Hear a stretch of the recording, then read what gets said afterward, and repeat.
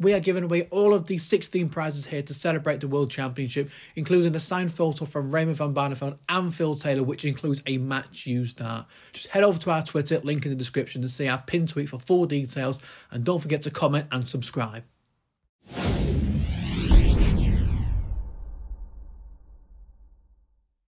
Scott, congratulations. Thank you. Through to round 2 here at Ali Pali. How would you assess that performance tonight? Okay.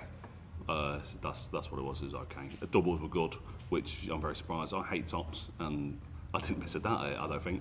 Maybe one, but yeah, it was okay. Haruki was always going to be a tough game. I'm just glad to come out the other end of it as the champion, as the winner. That's what I say about that. Haruki did really fight back well, particularly in the latter stages, but you mentioned the doubles there, 9 out of 14, a couple of 10+ finishes. Must give you a lot of confidence going forward. Yeah, that's one of the games I practice. It's one of the things I practice a lot anyway. My doubling game, my combination shots and stuff like that. So I'm really pleased. I just need to hit the treble a little bit more and stay away from the 5s and the 1s. That's doing me head in. But obviously you've seen what I can do, and I'm hoping Thursday night I will bring that guy out and play a game that I can actually play. And last year was an incredible one for you, for a breakthrough year without your tour card, winning the Pro Tour event. How do you assess 2023 as a whole so far? Oh, bloody hard work, that's for sure. The game time has really killed me. That's why I don't think I've been as good as I have recently. I mean, if you look at the stats, I've probably performed better this year, average-wise and everything else, but I played so often last year with the Modus Super Series I was playing, Challenge Tours, playing for England, WDF, playing Pro Tours. I was going from one to another, constantly. So I didn't need to practice at home. I just turned up, had an hour or so beforehand and continued. So, but that's been the massive thing for me this year is the game time. But I'm hoping next year, with things that are changing around their area, that I've got a couple of other people to practice with, a bit more intense, and get me to where I can play and get me to be on the stage a little bit more, which is what I've been missing this year, being on that stage. And you are someone that comes alive on the big stage. Could this event be a real springboard for you, do you feel? Yeah, I hope so, but I'm a realist. I'm not, I'll take one game at a time. Cliche as hell, but I'll take one game at a time. I'll look and now this game's over. Well, I can prepare for Danny on Thursday evening. I'm just here to enjoy it, and I'm going to I'll watch most games as well as playing in the games I watch. So I love darts. I love sitting behind on my sofa with a cup of tea and biscuits or a beer or whatever, and I just love darts. But mate, being involved in the game is a different level, and I'm really pleased to be where I'm at the minute. And you mentioned Danny there, next round, world number 7. He's a quality player, but he hasn't got the best of records here at the World Championship. Is that a game you really fancy? Yeah, I mean, I didn't know that he's got a great record. I don't really look into it that far, but me and Danny have played 3 or 4 times. The 2 times definitely on the floor that I can remember. I had to pull my trousers down afterwards. Trousers up afterwards because he pulled them right down. But I beat him in Hungary a couple of months ago in the Budapest. So I've got that last one at him. He didn't play at the finals because obviously he had the baby, and congratulations to him for that. It's an absolute joy to have a child in the life. But yeah, it's just one of the things. I just go up on that stage and chuck darts really good, hopefully. Perfect. Cheers, Scott. Cheers, mate. Scott, Philip. congratulations. Thank you. Yeah, the Maverick in you seems to have toned it down a bit this year. Last year we had the Yellow Brigade, and it seems to have disappeared this year. Is that a conscious thing? No. The trousers I had faded in the wash. so I couldn't wear them. I have bought another pair that's hopefully being delivered this week. The wife's coming back up on Wednesday or Thursday, so I'm hoping they're delivered before then, and I will probably wear them, wear the trousers, and maybe the shoes as well. I might even bring the shoes out because I wore them in an exhibition the other week, and I'm really happy with them. So I might even bring them out. I don't know. I don't care. I just want to enjoy myself up there. We saw the big celebrations. We saw you being you and expressing yourself up there. Is that where you feel happiest on that stage? Oh, absolutely. I love to know that people are watching. People are watching me, seeing me. I like to be out there. I'm a bit of a character, and yourself and other people that have met me know that I'm, not all there. I'm not going to swear. I can't afford to swear, right? So I'm not going to swear and pay any fines. But hopefully, anyway.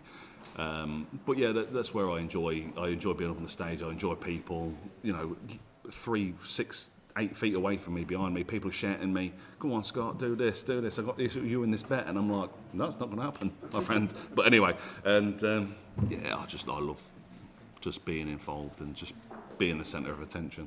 Didn't have it growing up. I'm the oldest child, so I don't get it. Last year we saw you posting some astronomical averages all over the place, and people were saying that you were dark horse to win these TV titles. This year, not quite the same. Is that high level game still there? Because we haven't seen it as much this year. Yeah, I started. To be fair, I think the last half a dozen Pro Tours, I started in a couple of the qualifications for the World Series, the Grand Slam. I started chucking in ton plus averages, and then I ended up losing. I played Boris and averaged 107 and lost. What have I got to do to win the game? But the game's still there. It's just like I said to the guy. It's all to do to game time, and my preparation at home. The practice is slightly different to what I would do usually because I didn't have to do this last year. So how do I practice? What do I practice? What do I do? It's just like I'm just still getting used to it. And even though I had the year last year, I've still got this year. I might even learn next year and hopefully the year after. So I might get there at some point, but we will see. Scott, many congratulations. Cheers, Phil. Scott, you talked about learning and you talked about practice partners and things like that. Yeah. What are you going to be implementing next year to put that right? Hopefully more practice, more intense practice with other people. I don't have the luxury of having anyone local to me in a nice driving distance or anything like that where I can just practice with someone and go, I just ring them up and go, "Oh, can I pop round yours? You want a fancy meeting here?" and stuff like that. Everyone that I know and everyone that is good enough around my area is an hour and a half away, and I don't have that because I'm still a full-time dad at home during the week. So hopefully things are happening that I won't say and discuss that are happening local to me that people are going to be around a bit more and I can see them more and practice a bit more intense than normal. But yeah, that's the main thing. Is the practice is massive, and with the changes that I've heard that are happening within PDC as well, that I've got to practice more.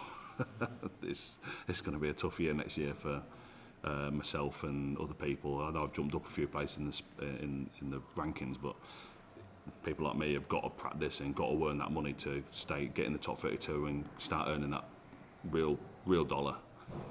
People often talk about characters in sport. You're a real character upon Thank that you very stage. much. You're very much yourself as well. Is that the beauty of it? Yeah, that's just me. And I am a bit of a weirdo.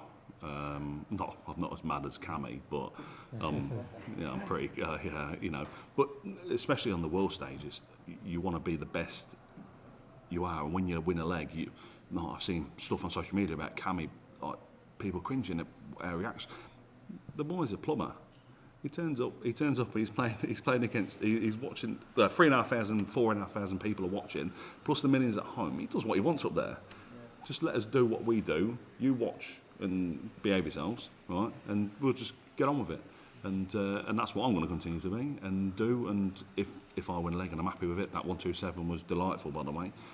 Then I'm happy with it, and I'm going to continue to do it, mate. Yeah. One thing on the first leg, I think you went 2 treble 20s and then slipped away into the 5 with a no-lid 180. I think some people would look at that as disrespectful. I didn't slip away. It actually ricocheted off the 5. It ricocheted off the other 2 barrels. Thank you very much. Yeah, but it's one of the things. Like people know who I am, and they know what they're doing. Haruki is, as butch as he's seen what I do. He knows who I am. I know who he is, so he knows who I am. He knows I'm going to do something stupid at some point, and that was the one. And I'll do it again Thursday. And if it doesn't go in the treble 20 again, that's bad luck for me, innit? But I'll do it, and I'll do it, and if I want to do it, I'll do it again. It's as simple as that. And if people don't like it, then just turn your TV to Emmerdale or something.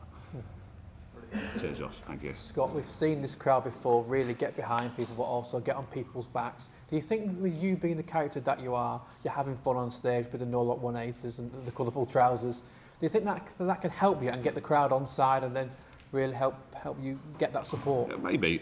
They were chanting Haruki at one point, I was not too happy about it, if I'm honest. But honestly, I'm not too bothered. Like, they can chant against me. I've played in front of 8,000 people playing Peter Wright in the European tour.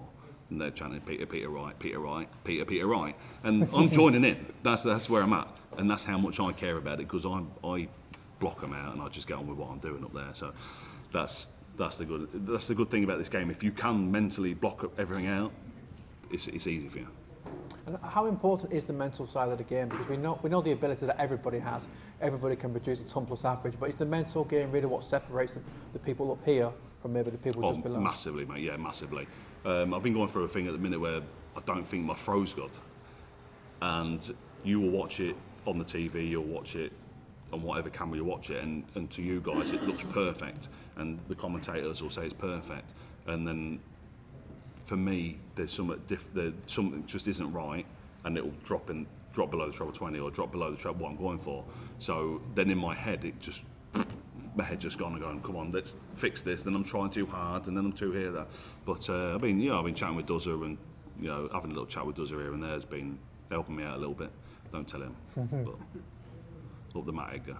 Do you think that is somewhere the game can go in the future more and more, bringing on more dark coaches?